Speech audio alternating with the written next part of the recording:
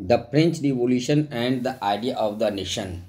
आज मैं इस टॉपिक को इस वीडियो में आपसे डिस्कशन करूंगा। इससे पहले मैं class 10th history chapter first the rise of nationalism in Europe का फर्स्ट पार्ट अपलोड कर चुका हूं। अगर आप नहीं देखें तो उसे देख लें। ये इस चैप्टर का सेकेंड पार्ट है। तो इस पार्ट में हम फ्रेंच रिवॉल्यूशन और आइडिया ऑफ नेशन स्टेट के बारे में देखेंगे। आपने क्लास 9th में फ्रेंच रिवॉल्यूशन के बारे में काफ़ी डिटेल से पढ़ा है। उसी से मिलती जुलती बातें इसमें आप देखेंगे कि फ्रेंच रिवॉल्यूशन किस तरह से नेशन स्टेट के आइडिया यूरोप में पॉपुलर कर दिया था। और फ्रेंच रिवॉल्यूशन के साथ ही जो 1789 में हुआ था, पूरे यूरोप में एक तरह से नेशनलिज्म के आइडिया को बढ़ावा दिया था। फ्रांस 1789 ईस्वी से पहले भी, यानी 1789 French was a full flag territorial state under a absolute monarch. एक निरंकुश राजशाही के अंदर में एक फुल फ्लैग्ड नेशनल स्टेट था France. Political and constitutional change आए वहाँ पर, जो रिवॉल्यूशन हुआ उसके कारण, और बहुत जो लोगों में सिटीजन्स के बारे जो थे वहाँ के, उसमें राष्ट्र प्रेम की भावना जगी और वे सारे एक होकर के रिवॉल्यूशन किए, जिसके कारण जो सॉवरेनिटी थी, जो प्रभुसत्ता थी जो राजा में, वो सॉवरेनिटी अब पब्लिक के पास आ गई थी और वह अपने राष्ट्र और राज्य के डेस्टिनी को एक शेप देने लगे। The French revolutionaries introduced various measures and practices that could create a sense of collective identity amongst the French people। जो फ्रेंच के लोग थे उनमें से फ्रेंच रिवॉल्यूशन के कारण से सामूहिकता की भावना जगी थी। और the idea of la patrie, the fatherland and le citizens, the citizens emphasise the nation of a united community enjoying the equal rights under a constitution।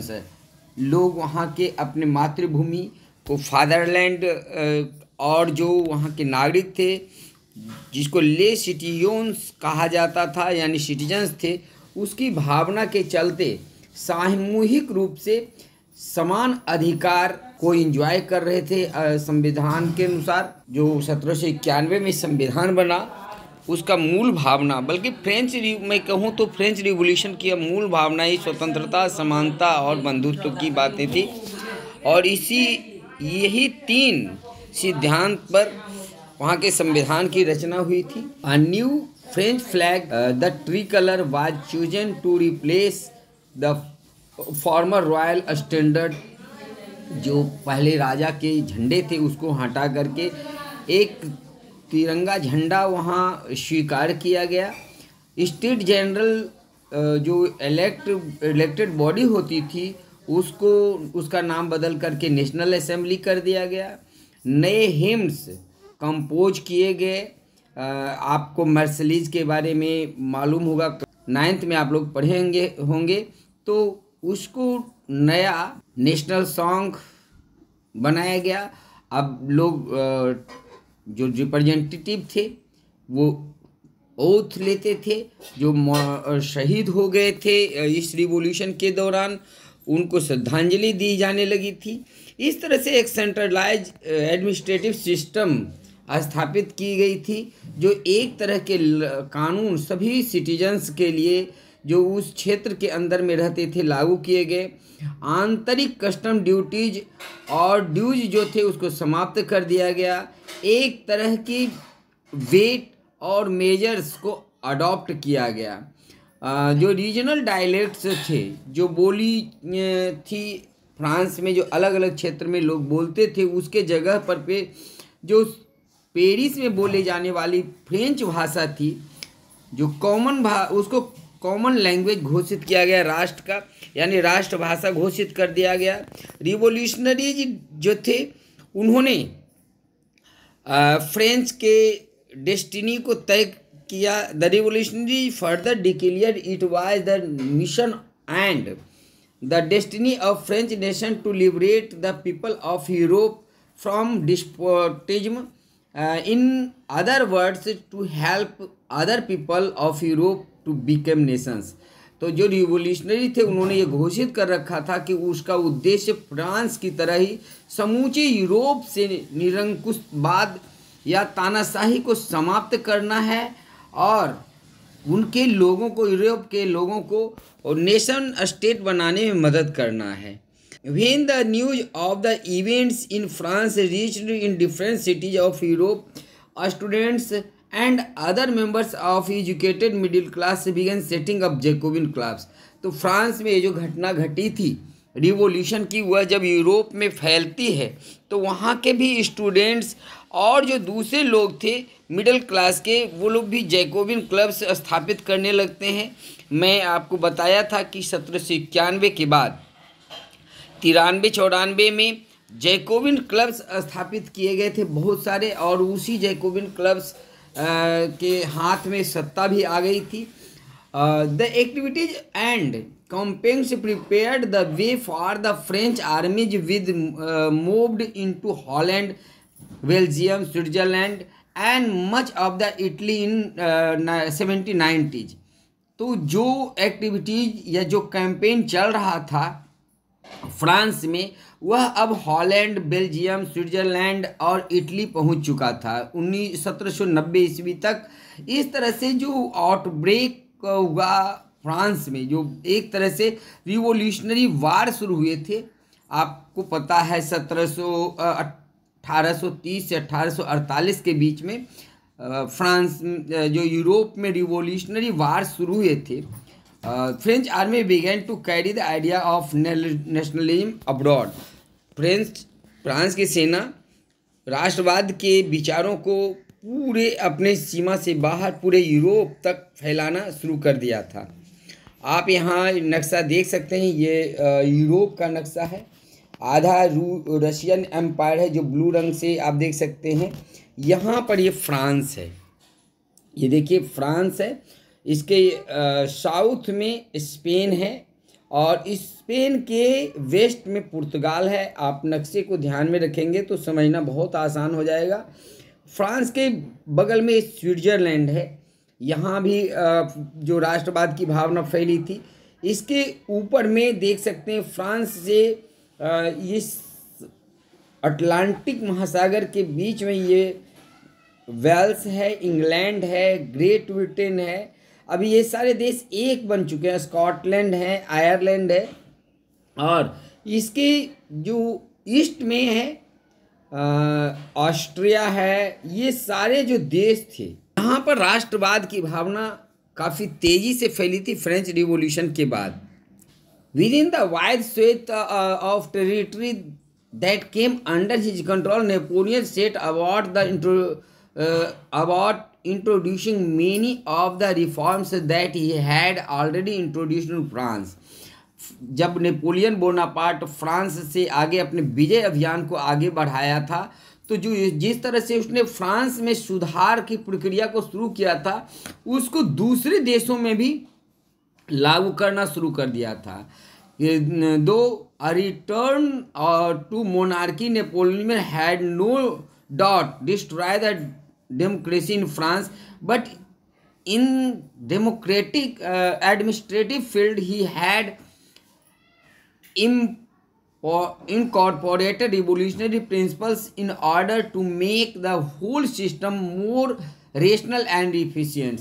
ये सही है कि नेपोलियन ने जो डेमोक्रेटिक सिस्टम फ्रांस में थी उसको समाप्त किया था, लेकिन उसने एक सेंट्रलाइज एडमिनिस्ट्रेटिव सिस्टम इस तरह से खड़ा किया था जो रिवॉल्यूशनरी प्रिंसिपल पर ही आधारित था, ज़्यादा प्रभावी था।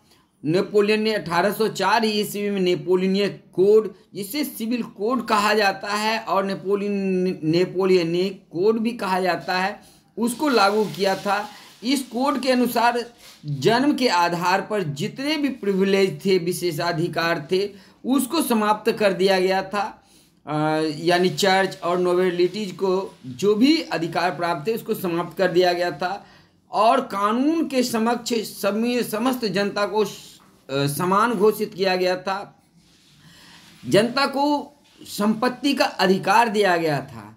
ये this code was exported the regions under the French control. जहाँ जहाँ भी नेपोलियन ने जीता था उसके कंट्रोल में जो भी क्षेत्र आए थे वहाँ नेपोलियनिक कोड को लागू किया गया था। In the Dutch Republic, in Switzerland, in Italy and Germany, Napoleon simplified administrative divisions, abolished the feudal systems and freed peasants from serfdom and manorial dues। तो नेपोलियन जो था उसने अपने जीते हुए क्षेत्र में खास करके Switzerland, Dutch Republic, Switzerland, Italy, Germany, वहाँ पर उसने एडमिनिस्ट्रेटिव जो प्रशासनिक विभाजन को अपनाया था। जो फ्यूडल सिस्टम थे, जो सामंती व्यवस्था थी, उसको समाप्त कर दिया गया। जो किसान थे उनको उन सामंतों से आज़ाद करवा दिया गया।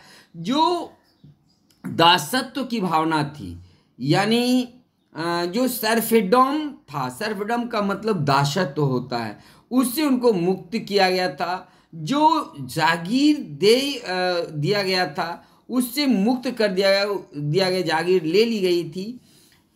इन the towns to guilds restrictions were removed. और जो बिजनेसमैन के ग्वाइड्स थे, संघ थे, उस पर जो प्रतिबंध थे उसको हटा लिया गया था। इस तरह से ट्रांसपोर्ट एंड कम्युनिकेशन सिस्टम को भी सुधारा गया। पीजेंट्स, आर्टिजन्स, वर्कर्स और न्यू बिजनेसमैन जो थे उनको बिल्कुल स्वतंत्रता दी गई थी। Businessman and small scale producers of goods in particular began to realise that uniform laws, standard weights and measures and a common national currency would facilitate the government and exchange of goods and capitals from the region to another region. जो businessman थे उनको बहुत सारी परेशानियां होती थी कि एक जगह से जब वो दूसरे जगह जाते थे सामान को बेचने के लिए, एक्सचेंज करने के लिए, तो वहाँ उनको करेंसी का प्रॉब्लम होता था, क्योंकि रीजन टू रीजन जो था वो करेंसी बदल जाती थी। इसको उसने एक कर दिया था, एक करेंसी सभी जगह लागू हो रहा था। इसके अलावे जो हर जगह के माप तौल की जो विधियां थी अलग अलग थी। नेपोलियन ने उसको भी स्टैंडर्डाइज कर दिया, माप तौल की विधियों को। इससे बिजनेसमैन, जो बिजनेस करने वाले लोग थे, ट्रेडर्स थे, उनको काफ़ी सहूलियतें हुई। तो भले ही नेपोलियन ने समाप्त कर दिया डेमोक्रेसी को, लेकिन उसने जो मेजर्स अपनाए वो वही सारे मेजर्स थे जो रिवोल्यूशनरी चाहते थे, जो बिजनेसमैन, जो मिडिल क्लास चाहता था।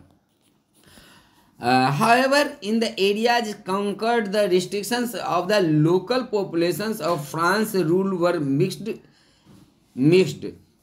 हालांकि उसने जो कुछ भी किया था उसके प्रतिक्रिया जो थे वो मिक्स थे। कुछ लोग इसको बहुत अच्छा कह रहे थे, कुछ लोग इसकी आलोचना भी कर रहे थे।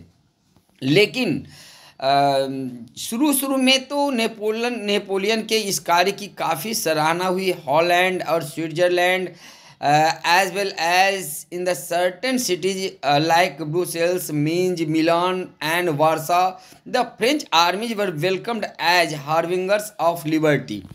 तो ये सारे अच्छे कामों के कारण नेपोलियन कोड को जिस तरह से उसने लागू किया था, जिसकी सारे संसार भर में प्रशंसा हुई थी, तो उसके कारण जहाँ जहाँ भी नेपोलियन की सेनाएं जाती थी, चाहे वो हॉलैंड, स्विट्जरलैंड, ब्रुसेल्स, मेंस, मिलान, वार्सो, जहाँ जहाँ भी गई, उसको स्वतंत्रता के अग्रदूत के रूप में, हार्बिंगर्स ऑफ लिबर्टी, इस रूप में उनका स्वागत किया गया।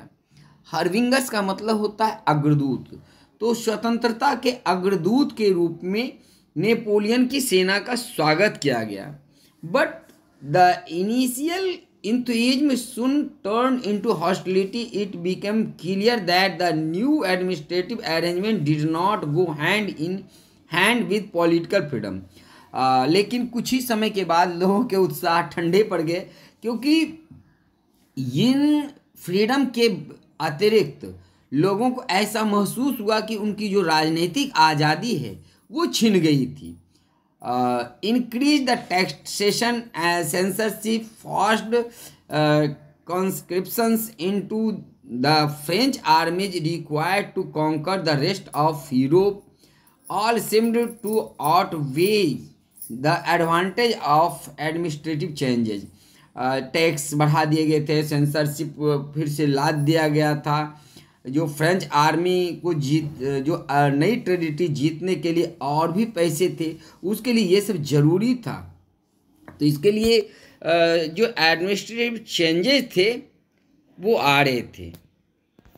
आप यहाँ देख सकते हैं कि the courier of Rhineland loses all that he has on his way from the Leipzig. जो व्यापारी है, Napoleon here is represented as a postman on his way to France after the loss of the battle of Leipzig in 1813.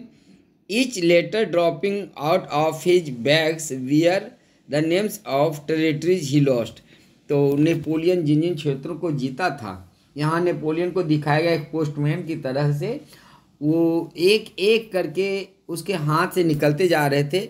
जब उसने battle of लेपिजिंग को हारा था और उसके बाद से उसका हार का सिलसिला शुरू हो गया था. तो एक तरह से ये इस बात का प्रतीक है कि एक तरफ तो नेपोलियन जीतने का प्रयास कर रहा था, लेकिन उसकी शक्तियाँ कमज़ोर पड़ती जा रही थी. खैर, इस पूरे टॉपिक्स में हमने देखा कि किस तरह से फ्रेंच रिवॉल्यूशन ने पूरे यूरोप में नेशनलिज्म को फैलाने में मदद की. वहाँ के लोगों में एक नया उत्साह, जोश आया और वे लोग पहले तो नेपोलियन का स्वागत किए. हालांकि बाद में वाटरलू की लड़ाई के बाद, बैटल ऑफ वाटरलू जो 1815 ईस्वी में हुआ, उसके बाद परिस्थितियाँ बदल गई. हम उसके बारे में नेक्स्ट वीडियो में आपसे चर्चा करेंगे. आपको ये वीडियो कैसा लगा, आप अपने विचार हमें कमेंट बॉक्स में अवश्य लिखें. Thank you for watching. Have a good day.